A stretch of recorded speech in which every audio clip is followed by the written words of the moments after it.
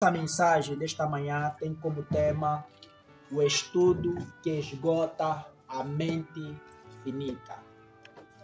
Então existe um estudo que esgota as nossas mentes, que o homem finito nunca compreenderá e nunca chegará ao pleno e completo conhecimento enquanto estiver aqui na Terra. Nem mesmo a eternidade será suficiente para podermos desdobrar sobre este mistério, que é um estudo que esgota mesmo as mais elevadas mentes.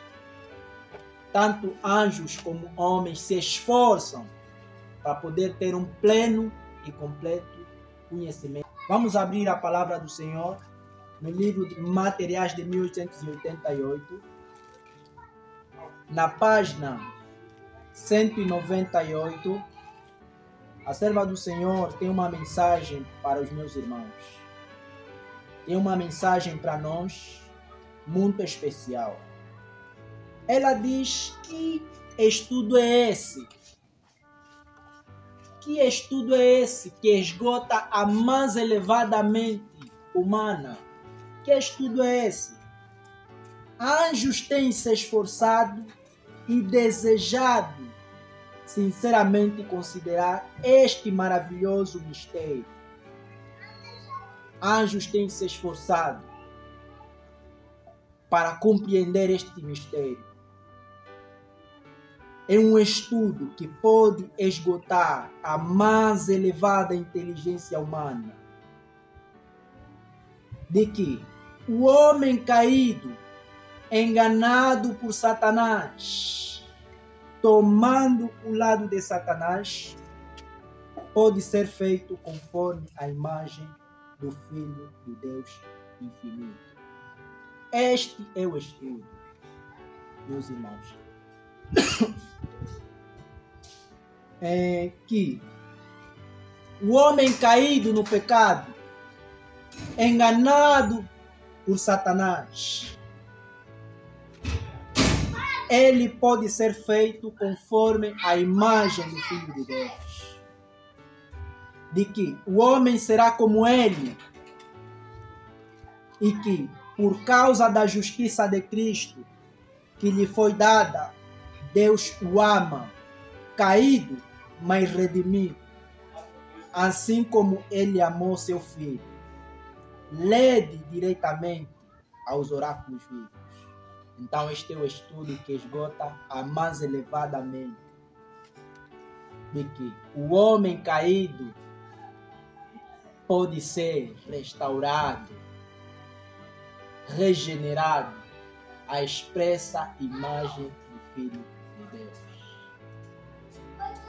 Parece ser impossível, especialmente neste mundo em que nós estamos, onde Satanás tem liderado a humanidade, onde que fazer o bem já não é um ato voluntário. As pessoas fazem o bem não porque é natural a sua humanidade, mas é antinatural fazer o bem. A serva do Senhor diz no livro Caminho a Cristo que antes do pecado, para o homem fazer o bem era como respirar. Você não se esforça, você nem sente que estás a respirar em milésimos de segundo aqui, mas hoje fazer o bem é esforçoso. Continuando, ela diz o seguinte: este é o mistério da piedade. Essa é a imagem de mais alto valor.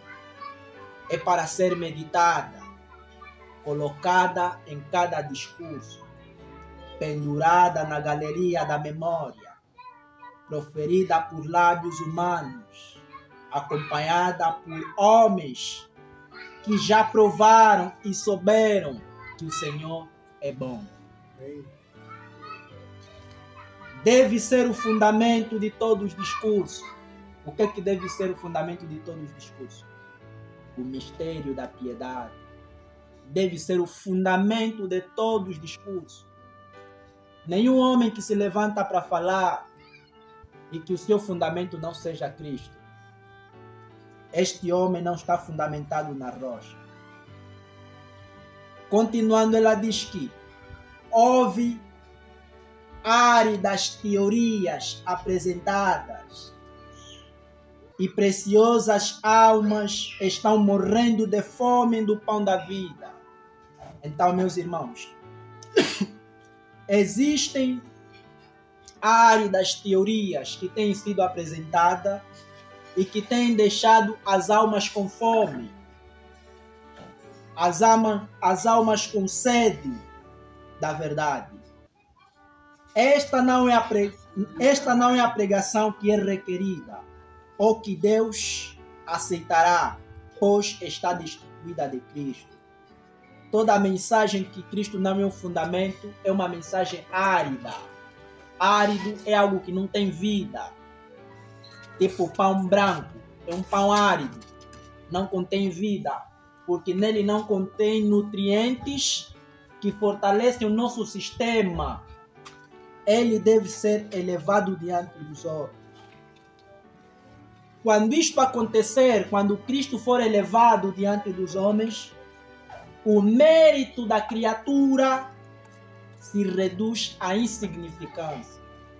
Então, meus irmãos, quando Cristo é mantido perante o povo, o mérito da criatura se reduz em insignificância. Quanto mais o olho o contempla, mais sua vida, suas lições, suas perfeições, sua perfeição de caráter são estudados, mais pecaminoso é abominável, e abominável parecerá o pecado. Então, quanto mais nós estudamos o caráter de Cristo, mais o contemplamos, a sua vida, a sua lição, as lições que ele nos apresenta na palavra de Deus, mais o pecado vai aparecer diante de nós abominável. Nós precisamos abominar o pecado, diz M.L. Andreessen no livro Virtual do Santuário.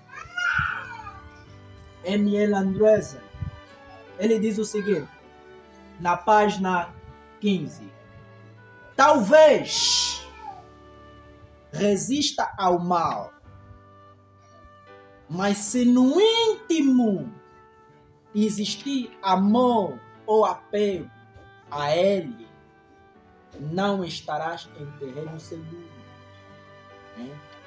Talvez em algum momento você resistiu a um pecado, mas se no íntimo do coração existir um mínimo apego a um pecado, nós não estamos em terreno seguro.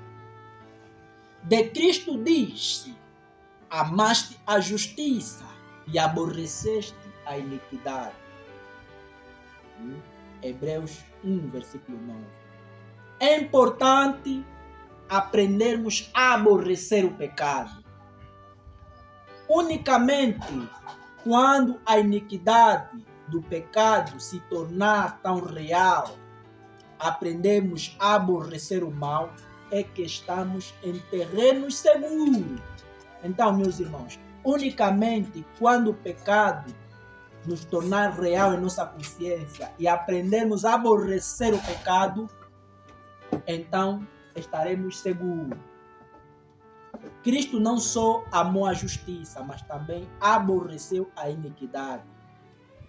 Essa repulsa, esse ódio contra o pecado é fundamental no cristianismo. Deus prometeu colocar em nosso coração essa repulsa do pecado. Deus prometeu. Amém, queridos irmãos? Amém. Essa promessa nós encontramos lá no Gênesis. Vamos abrir a palavra de Deus. Gênesis 3,15. Deus deu uma promessa que nos daria essa repulsa contra o pecado. Diz a palavra do Senhor: e eu porei inimizade entre ti e a mulher, entre a tua semente e a sua semente. esta te ferirá a cabeça e tu lhe ferirás o calcanhar.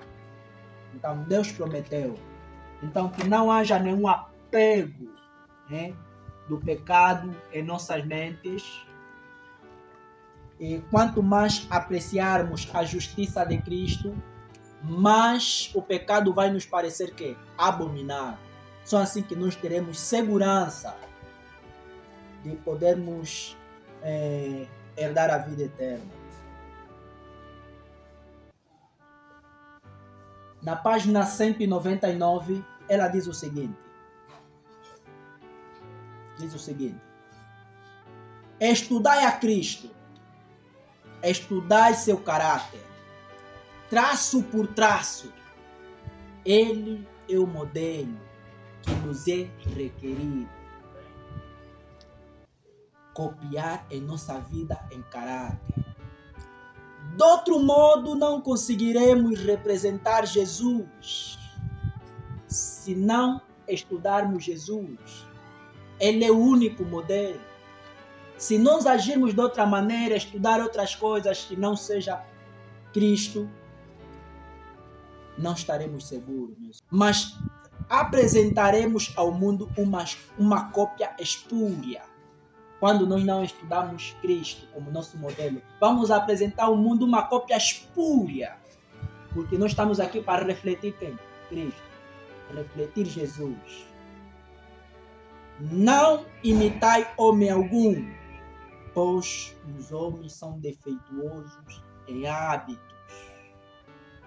fala, maneira e caráter. Eu vos apresento o homem, Cristo Jesus. Deveis individualmente conhecer como vosso Salvador, antes que possais estudá-lo como vosso modelo e exemplo. Vamos conhecê-lo pessoalmente. Vamos ter uma experiência viva com Cristo. Não é na maioria. A maioria é só um complemento daquilo que no individual a gente nos consagra. Quando nós individualmente começamos a buscar Cristo, copiá-lo, imitá-lo, quando nos encontrarmos na maioria, as pessoas vão dizer, estes são cristãos. Porque parecem com Cristo. Não é à toa que os cristãos em Antioquia foram chamados de cristãos. Porque a sua fala, a sua maneira, o seu caráter refletia o caráter de Cristo. Então, meus irmãos, este é o estudo que esgota a mais elevada mente humana.